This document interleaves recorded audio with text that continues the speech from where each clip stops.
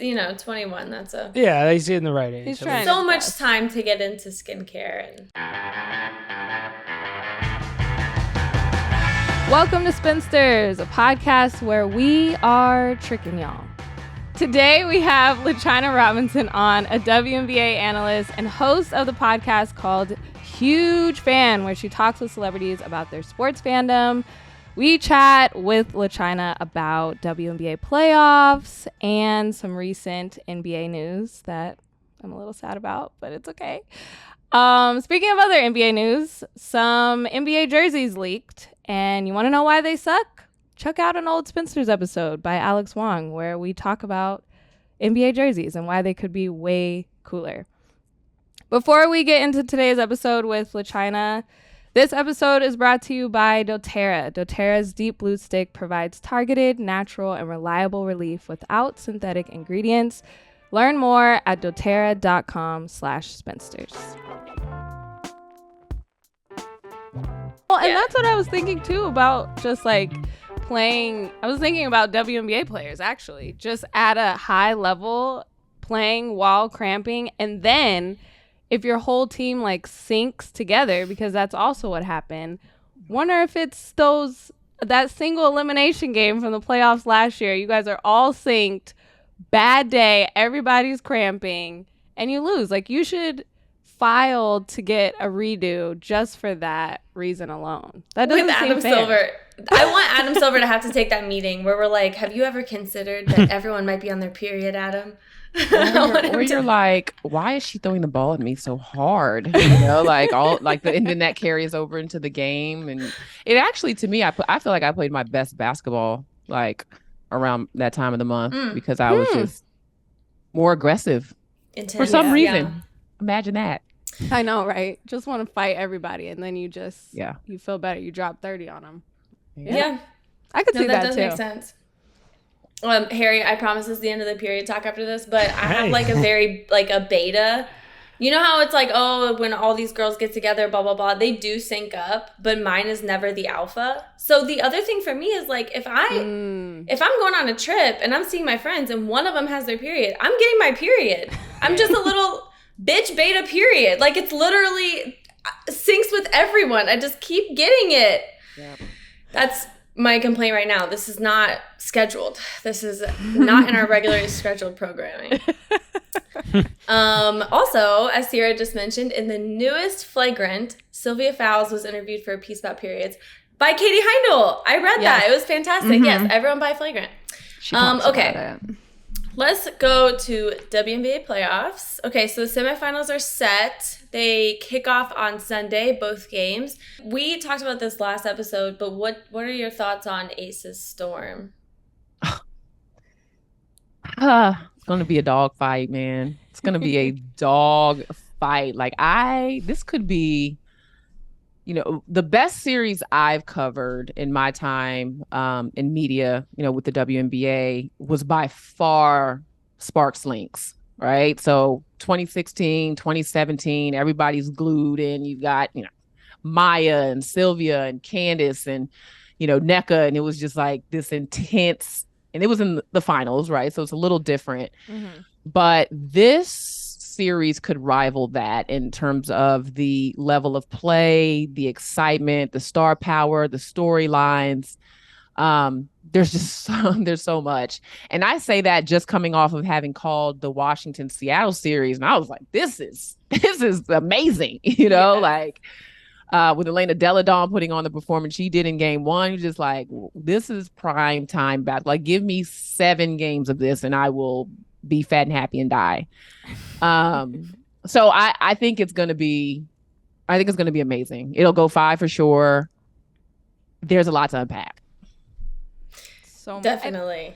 I love that with the Sparks and Lynx series, like there was a rival that came out of those. Like we looked forward to them matching up every year. And I hope that's what happens with this Seattle and Vegas. I think the Vegas team, if they stay together, they could be in this position for many more years. And I know Seattle team, I know Matt was talking about how Stewie might go to New York next year. He was starting those rumors.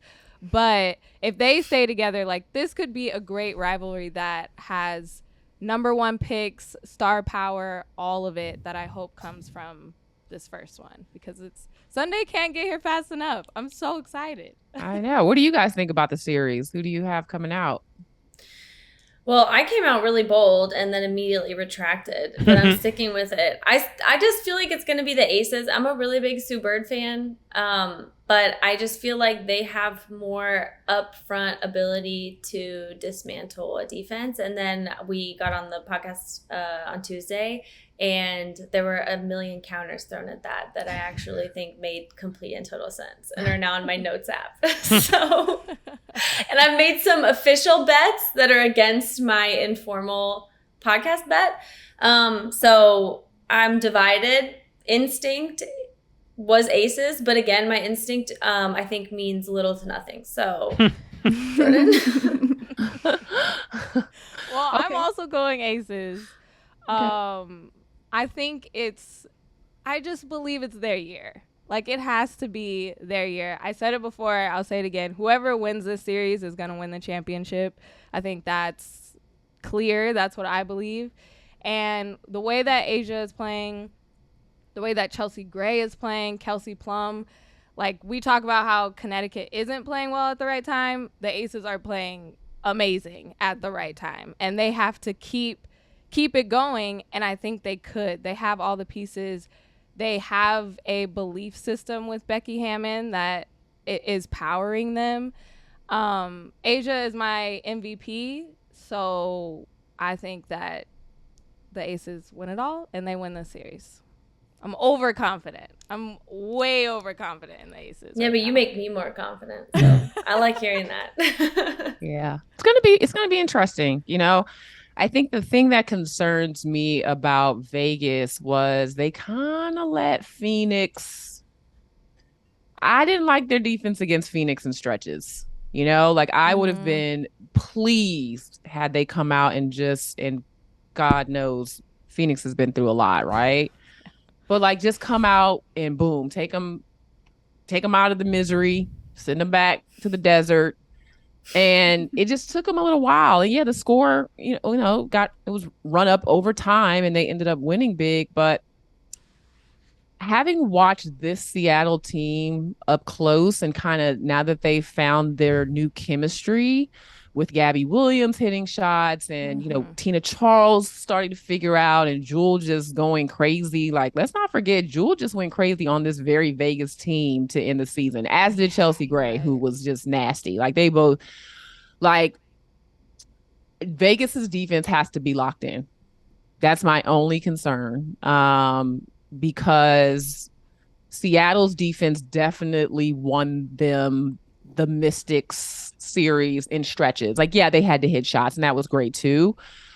But I saw them win games with their defense. So if they can rely on both ends of the floor and Vegas doesn't like really keep their defense consistently high, they could be in trouble. I do believe that, because Seattle, their ability to like put so much pressure on you with the way they run their offense, with their screening action and how well they move. And I mean, it's going to be nothing like what we saw from Phoenix, was just kind of sweep and go. Let's get to the rim, set a little screen, boom, boom, like easy stuff. Seattle's like screen, back screen, slip, read, cut, duck, gotta be sharp. Gotta be sharp. Do you think it was Vegas's empathy for everything that the Phoenix has gone through? And that's why they were like, we'll just wait till the second half. They've been through enough. We don't want to embarrass them right away. That would be admirable if that was the case. I think I would accept that as an excuse. So I'm open to the possibility. I like that, Jordan. Yes. Yeah. Okay, we're going to take a quick break and then we'll come back and we will talk about Chet and about Patrick Beverley. All right, we're back. I'm just going to read this from ESPN. This is about Chet. Oklahoma City Thunder rookie Chet Holmgren will miss the 2022-2023 season because of a Liz Frank injury to his right foot, the team announced Thursday. Holmgren, the number 2 pick in the NBA draft, suffered the injury early in the crossover Pro-Am event while defending LeBron on a fast break. There's actually a video if you go online and want to see it. A little Googling will tell you that the Liz Frank joint is the spot right on top of your foot where the metatarsal bones, which are the bridges that connect to your toes, connect to the rest of your foot. So this is a complicated area of your foot. That's a direct quote from Cleveland Clinic, which is the first one that popped up when I Googled it. But it says that there are many bones, ligaments, and tendons all coming together right in this area. And it is a messy thing to hurt athletic history-wise. But all of the ones that I can remember were actually football players. This is what Le'Veon Bell endured in 2013. Julio Jones. The good news is those are the first 2 that came to mind, but those are also Julio had great seasons after this. Le'Veon obviously recovered from it. But if you look overall, the recoveries from this injury are actually pretty sad, and those are kind of more of exceptions. I wouldn't say it's a rule that you don't do well after injuring something like this, but when we even flip it back to basketball and go more general about the foot, the taller you are and your foot being injured, it just is kind of enters into like a dangerous zone. However, typically that's because we think of guys like Joel who have larger physical frames, and the entire, if you want to say quote unquote issue, let's just say debate with Chet is that he is actually quite small in frame. So I don't know how to feel about any of that. Obviously, I just Googled and Cleveland Clinic's, supplied that. I'm not going to pretend to anticipate how he's going to recover. But what we do know is he ruptured his tendon. It was not a fracture. He's going to miss the entire season, and he's going to have surgery. That's where my knowledge runs out, but rupture does sound worse than fracture. Rupture sounds a little bit too much like rapture. And anytime we get close to biblical, I'm like, that's a bad injury. So I feel really, really, really horrible for Chet. I don't necessarily feel as horrible for the Thunder. I feel like they've been trying the last 2 years on purpose to be like really, really slow down everything. And I don't even think that this is the year, Sam Presti, when it's like fully unleash everybody. But I feel awful for Chet. I feel awful for SGA. This year kind of feels like it's going to be another more of the same for them. So hopefully Chet the good news is it seems like he's going to get a lot of time to recover because they are the Sixers in 2000. What year would this be for them? 13? A number of them. Yeah. Right. But without the threat of Colangelo coming in. Like, people are happy with the Thunder doing this, or the league, it seems like it's fine. So that's my research. Great research.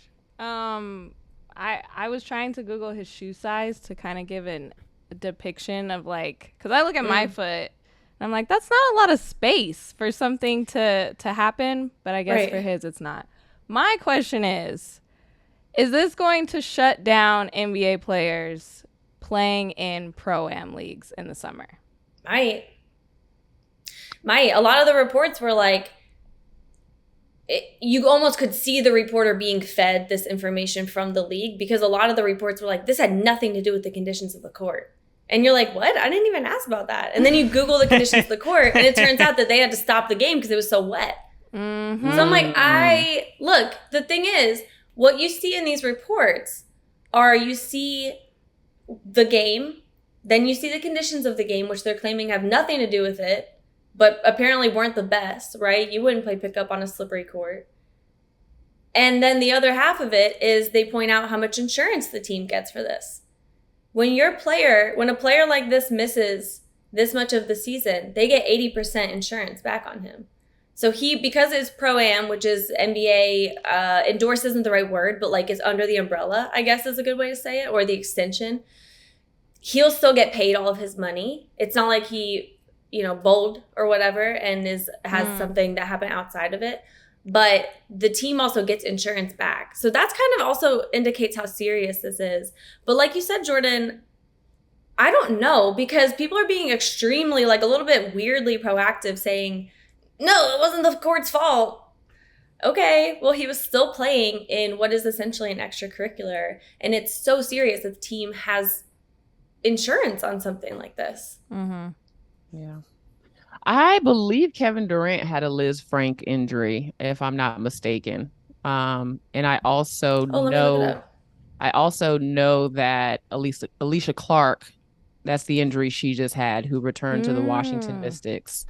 So I know a couple of players. Obviously, KD turned out okay. I don't know if his was a rupture or a fracture. Is that popping up? It is, yeah. It looks like his was a fracture just from I'm going to read more, but. Yeah. Because I believe sometimes a fracture is better than a rupture, only because it's like the clean break makes it a little bit easier to repair. But I don't know. Trust me, I have no medical background whatsoever. Less biblical. But it sounds less biblical. It's better. Yeah. But it has to be encouraging, at least, that, KD had an injury to this specific part of the body, even though every injury is different. Kevin is obviously also pretty much a 7-footer, similar frame, thin frame. I would hope that they would call whoever repaired his up for Chet to kind of see how that went.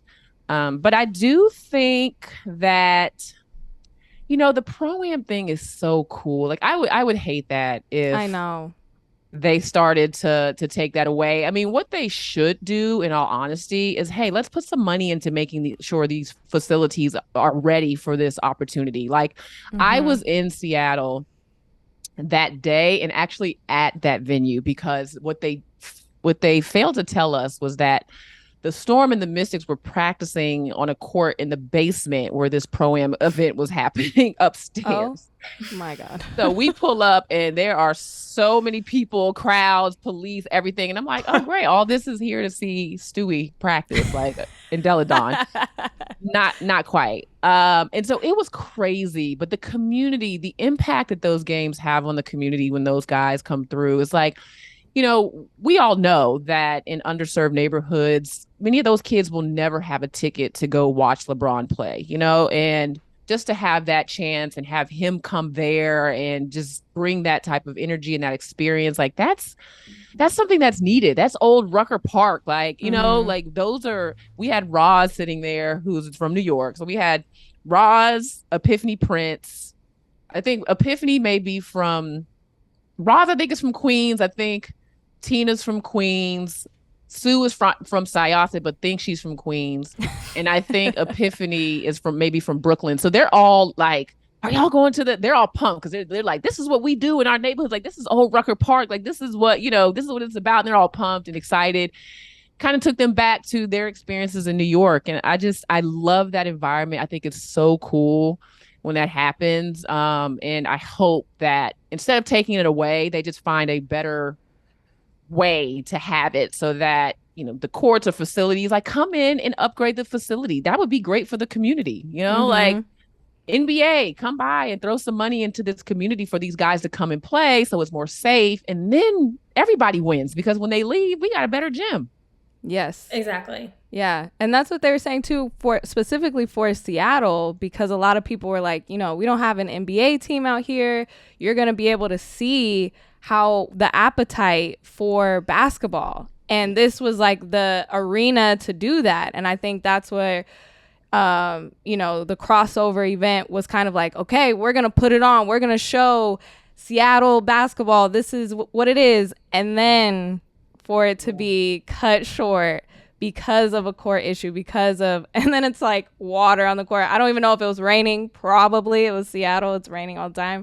But that was kind of broke my heart, because I was like, man, this could have showed all of those kids that were sleeping overnight to see their favorite NBA players come. This could have showed off like how much Seattle loves their basketball. We see it in the W all the time because the Storm Arena is always packed and they love their Sue Bird. But from an NBA standpoint, they were hoping that this could be their chance. And if they would have been able to throw some money at it or have it in a really sophisticated arena or still not charging anything, that could have showed it off. But it's kind of, it's a bummer. In LA, we have the Drew League. It's the best. It's what people look forward to every single summer. Like, it is the best thing to go to and experience. So to take NBA players out of that, I don't even know what the city might riot. Like, we would be so upset. We love our basketball. We love our Drew League. So I hope it doesn't get taken away too. Yeah, we have AEBL, I think is the name of it here in Atlanta, which is another like pro-am league. And Kyrie Irving was here last summer, and like some guys, Lou Will, of course, ATL, Lemon Pepper Wings. He'll come, play in that league as well. So yeah, you hope it doesn't change. But if they need to see the appetite, Climate Pledge Arena was rocking. Like that place was on fire. So that's all you need to see. Basketball is basketball. Right. Or just look at the Reddit threads. People are still, people have still not stopped talking about the team since it left. But you're so right, because my first instinct is like, why are you putting players in a bad position? But the instinct should be like, this is a good thing. Yeah. You see the benefit in it. Do something that's good for two parties and make this an extremely hospitable place for players to get a game in, get a tournament in, and then leave it for the community. There you go. Check. So yeah, that definitely, I hope, and this has happened before. They're just playing basketball. So it's not like you can't protect them. You can't bubble wrap them in the off season. This is a good thing. It's basketball. They're not, all of a sudden like playing, charity football games, that are like NFL level contact. But I do think you need to mitigate the risk. Yeah. Just don't make the court wet. That's not too much to ask. Can we say this too? Mm-hmm. Chet, why are you trying to defend LeBron on the break? Yeah. In a pro-am league. Like, no one does that.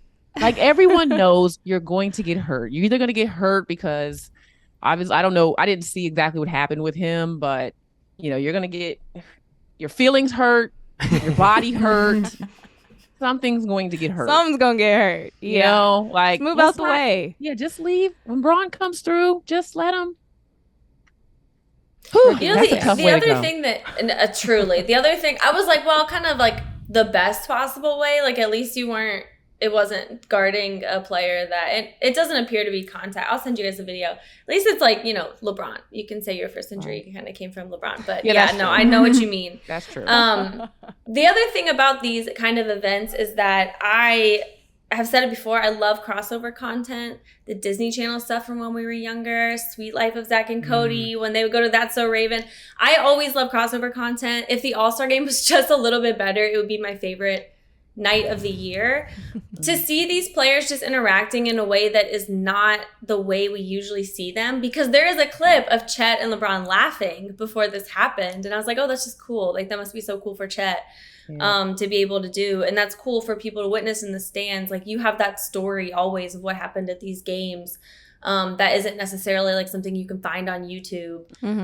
And yeah, like, it just adds to the myth building. So in it are inherently so many good things, but you just have to make this an environment where you're protecting your players. For sure. So, yeah. So I want to zone in a little bit more on the actual block, because LaChina, I was thinking the same thing. You want me to send it to you guys? I found myself, as you send it, I found myself feeling bad for Chet, right? Because you're a 19-year-old kid. LeBron James is going for a layup or whatever. It's a turnover. It's a quick play. The general unwritten rule of these pro-am games is like, you just let him dunk it, right? It's like, we're nobody, let's not, but he went and tried to challenge him. Like, he sprinted to get into plays. Yeah. Hang on, I'll send it to you. And oh no. It's one of those, and at first you're like, don't do that. Why would you? What are you doing? You're not only are you breaking an unwritten rule, but you're going up against the most athletic person on the planet, and you are a string bean. But then I started thinking, it's like, you're 19. You are unproven. Everybody thinks that you're this soft, fake shot blocker that only worked in college, and your shit's not going to fly in the NBA. You're telling me that the first time you can contest an NBA player, you're going to let him dunk it? Like, I sort of see that's you're in a tricky spot there. And that's a really good point. He picked wrong, clearly, but it's I'm empathetic. Like, that sucks, you know? No, it's so true because when it was rumored that he was going number 1, everyone was like, this man is so fucking skinny. Like, that's all they could say. Like, and basically just implying all of this weakness on him, that he would never be powerful. He would never be deserving of that spot. Like, don't make a mistake. It's looking you right in the eye. So yeah, if you're feeling like everyone is calling you weak, and it's not just fans of whatever teams are drafting him, the actual teams, like he was chosen 2nd overall. So you have to pick A, that you deserve it, B, that everyone should have wanted you in the first place. I get it.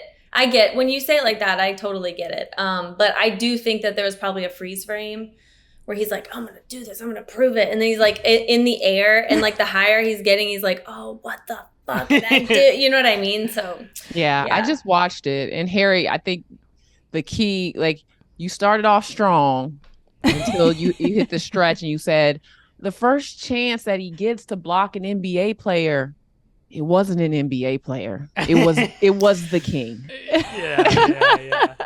It's not just any, and I think time and place. Like, this is a pro-am still. Yeah. We're not trying to do this. This could have been, even if he did block him, it's like, it's a pro-am. Like, if you're a LeBron fan, you're like, he wasn't really going that hard. Like, it's not that big of a deal. I think, too, just as much as people were saying it wasn't the court, so many reports I saw, it wasn't his frame. It wasn't because of how skinny he was that this injury happened. Just want to throw that out there, because that's what we talk about when we think of Chet all the time. Yeah, we don't know. Like, the thing is, we don't know. We genuinely don't know. None of us could say, like, if there's a little bit of condensation on a court, even an NBA court, they're so vigilant about it. They literally have people assigned with towels who risk their lives getting on the court, hoping there's not a fast break, because the slightest chance of condensation, anything, could create an injury. So like you're saying, we don't know that. We don't know what particularly could happen in his body. Like, you know, we feel injuries all the time, and the only person who feels it is us. So that's a great point too, Jordan. But he does look like I just watched it, and it does look like Braun bodied him. And he landed awkwardly because Braun bodied him.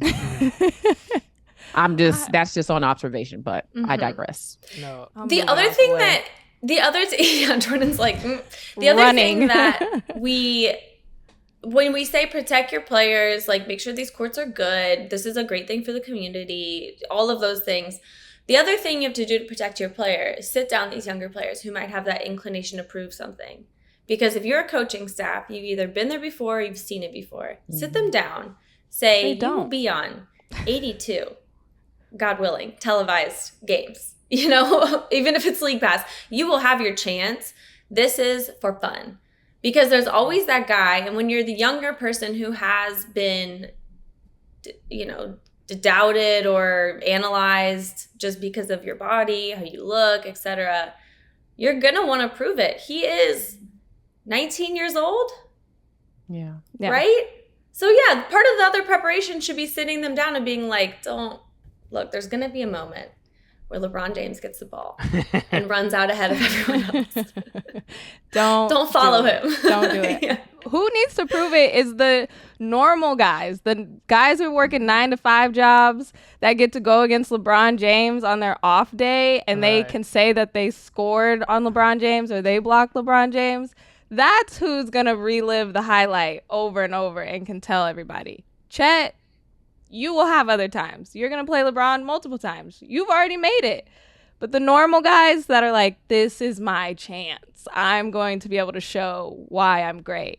You can try to prove it. Don't get hurt. That normal guy tore his Achilles just sprinting down to try to defend LeBron. So he has no shot. No shot. Oh my God. Yeah. Listen, when OKC drafts Bronny Jr. in 2 years, you're gonna be able to play with Bron every year. There you go. I could be warming up with him. There you go. That's a part of the plan. They're tanking. There was this whole elaborate scheme. Yeah. Who was that? Who's that player years ago? I think played for the Seahawks, but it might have been against the Seahawks. It was Patriots Seahawks, and he like worked at a Foot Locker. I don't know anything about football. Do you know what I'm talking about? Me either. Okay, there's a Malcolm in there, but I don't know if it's the last name, the first name, something. It'll come to me. This happens. This is like the cramps. Randomly, I'll remember. But that's the kind of person who should be going up for that block, to your point, Jordan. It's the guy who's like, I am at Foot Locker. Chris Matthews? No, I don't Super Bowl 2015, how Seattle's Chris Matthews went from working at Foot Locker to playing in the big game. I doubt there's two of them. It's Chris Matthews. Yes. Foot Locker is actually a breeding ground for NFL players. No, literally. They go there to train. Anyway, that's the kind of person who can jump. Everyone else, yes, do not jump. Okay, we're going to take a quick break, and then we're going to talk about Jordan Liggins' Los Angeles Lakers and their decision-making.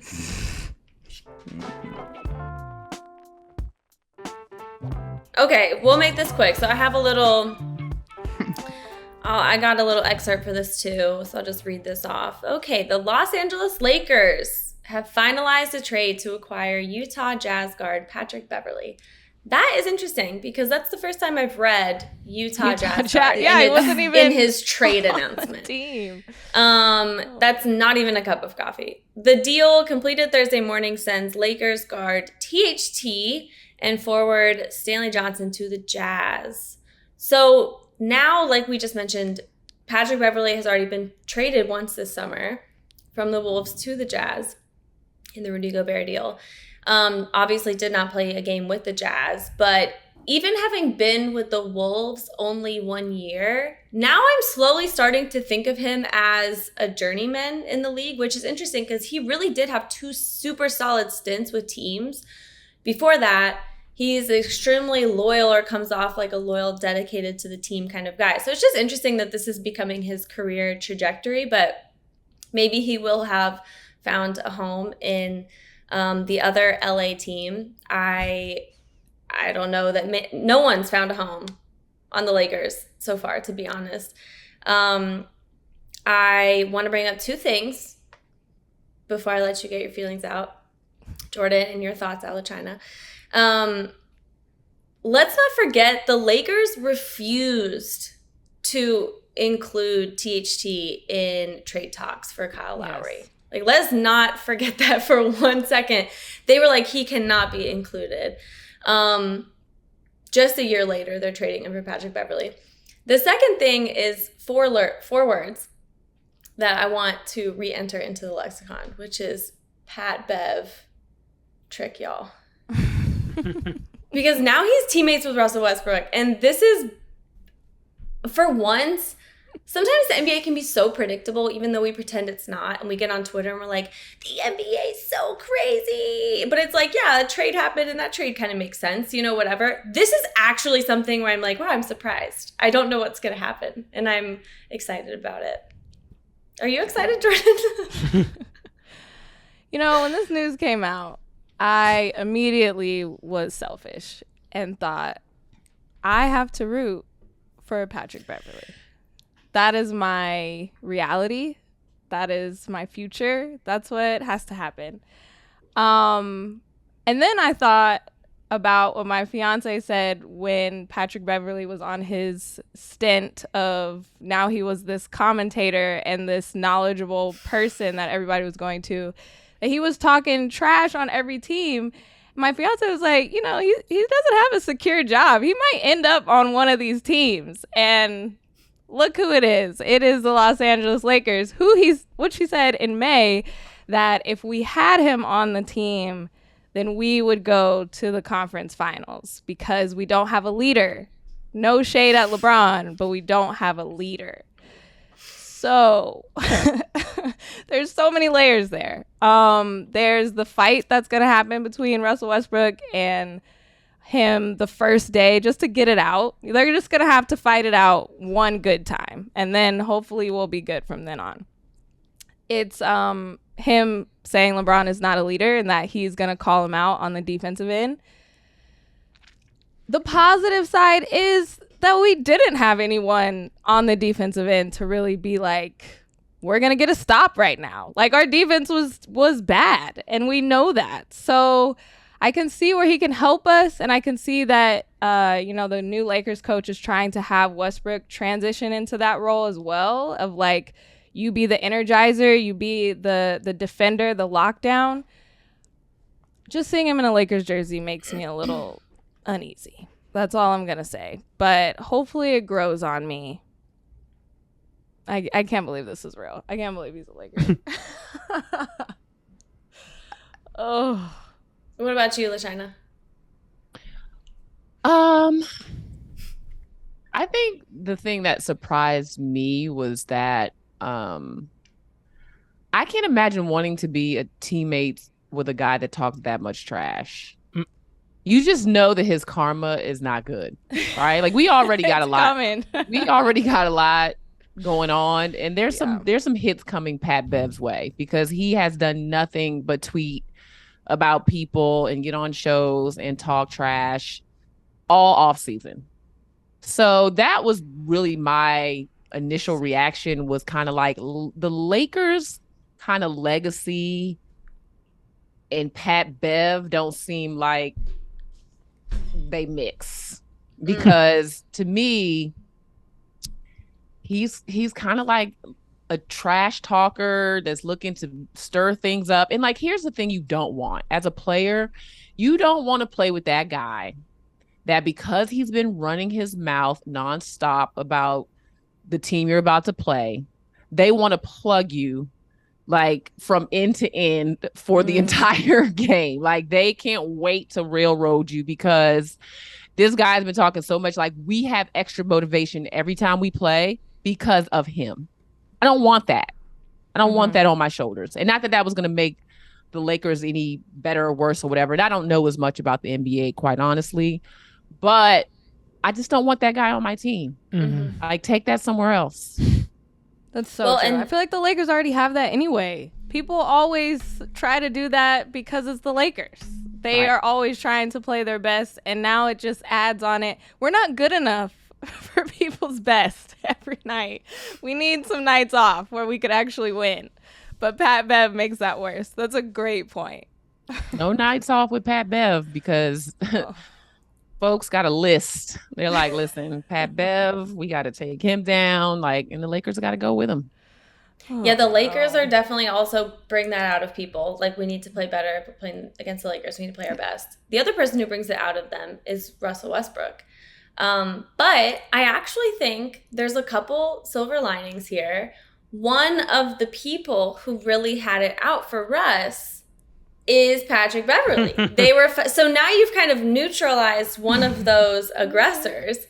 I also will say that, having seen the Lakers multiple times in person last season, once or twice with you, Jordan, seeing games in person is so much fun, but really so informing, because when a team is really humming, I almost feel like you can feel something different than what you see on TV.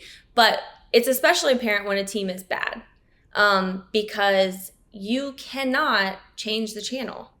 You can't go change into your sweats. You're uncomfortable. You're like, why do I wear these pants? These jeans are too tight.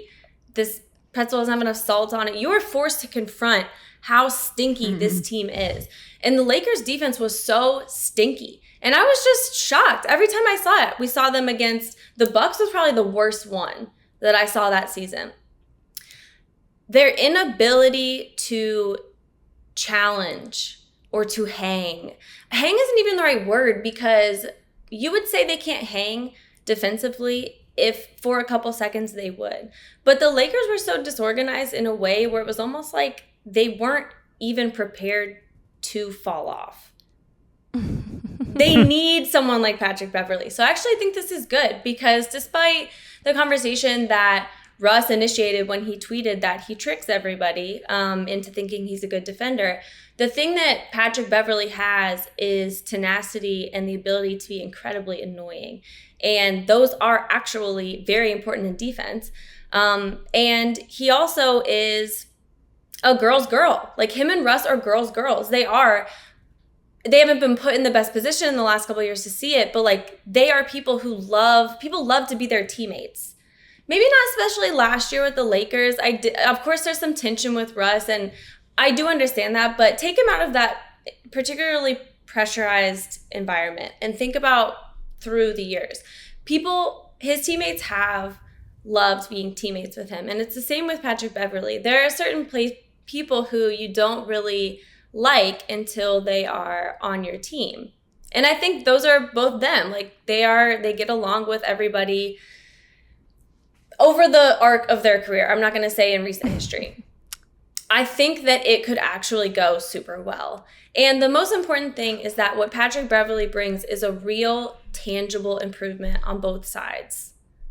Now, how is it going to work? All of those kinds of things and all of the past things that you could color this as a bad decision still because why did the Lakers not just include THT it's over. That's over. So looking right now in the future, you have actually got a tangible source on both defense and offense.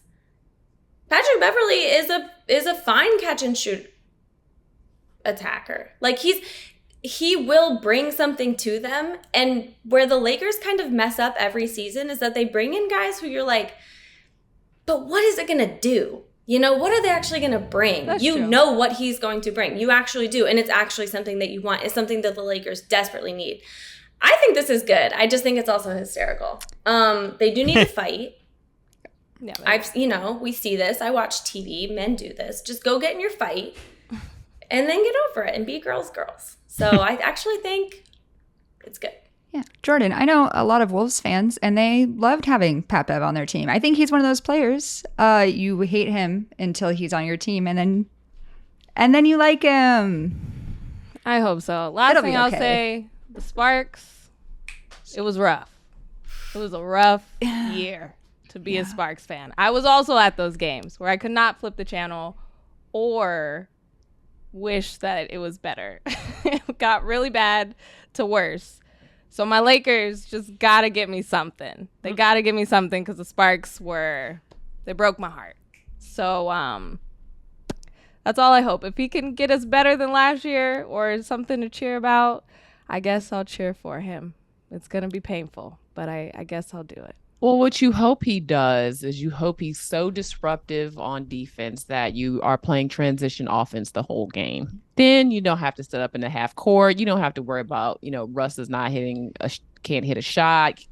Good You're point. now playing a different pace of basketball that could lend itself to more success for the Lakers on the offensive end. See, Jordan, I'm trying to. Thank you. Yeah, and I agree. The spark definitely went out. The spark is officially out. It's Singular. dead. It went singular and it went out.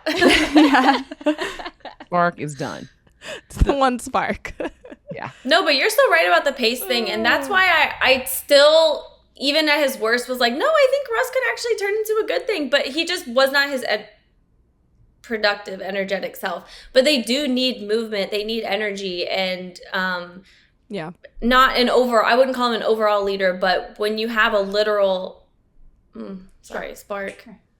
Like, they need that. That's exactly what they need because you want them to be playing transition basketball. You don't want to give the time for them to set up and then realize that after passing it around the perimeter 3 times, holy shit, it's not going to end in anyone who can shoot. You don't want that. You want transition basketball, and he will help with that. So what we're saying is, to bring it full circle, the Lakers will become the Connecticut Sun. And... That Connecticut Sun are pretty right. deep in the playoffs right now, so I'll take it. Number 3 The overall. Lakers could be so lucky to get it. Yeah, literally. That sounds about right. That is what Patrick Beverley said. He said, if I was on the Lakers, we'd be in the semis, right? True. Yeah. All right. Yeah. Fingers crossed. The two quick things I want to add is one, this is reminding me of Step Brothers, the movie.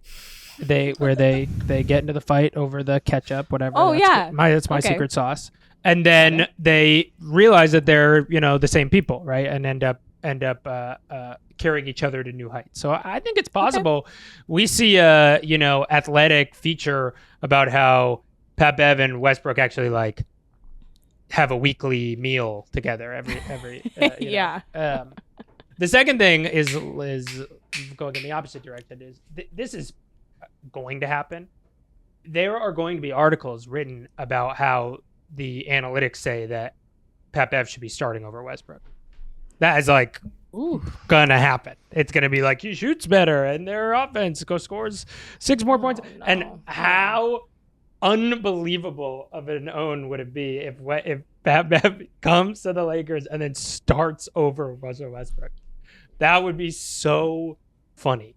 Yeah, that would actually be Such a good hilarious. point, Harry. Thank God for Darvin Ham, because he actually seems to have, like, they seem to really like him. Mm-hmm. Russ seems to really like him. I'm glad Frank isn't going through this. But He's that's been going to through be enough. he's been through enough. Yeah. Just go to Vermont or wherever you go and have a nice time by the lake/ocean. I don't know, geography. Yeah, that's actually that probably will happen. Wow. Well, and we'll be here to Only talk time will about it. tell. Fingers crossed. I'm hoping for a Connecticut Sun run, and therefore I hope the Sun win. So that's just a good omen for my future Lakers. Is that Ooh, because okay. is that because you're concerned about Vegas losing to Chicago, or you want them to have an easier road? I thought about that. But I think Vegas beats either of them. I have a Vegas Connecticut final though. Oh, that is my prediction. Don't know if that will happen, but still. When did you make this prediction? I made it last week.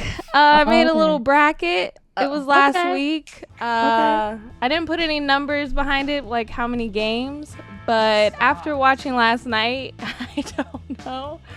They were looking a little shaky. But Dallas is a good team. They can be disruptive. I mean, their defensive statistics are good. And again, my whole rant is not to take away from Connecticut. I think we all want to see them play good basketball at this time of the year. That's the thing. Is like, can they be the best version of themselves? And yet, in all fairness, they've had some injuries, right? Like some things that have kept them from getting there, but they still have enough.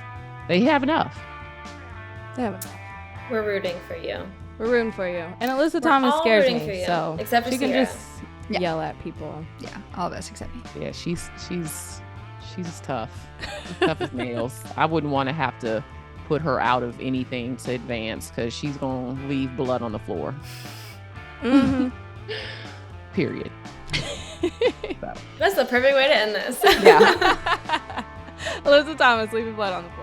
Yeah. Thank you so much, LaChina. Yeah, thank you. Thank you guys so much for having me. That was a lot of fun, and thank y'all for your WNBA support and coverage. We appreciate it. Of course. Bye. Bye.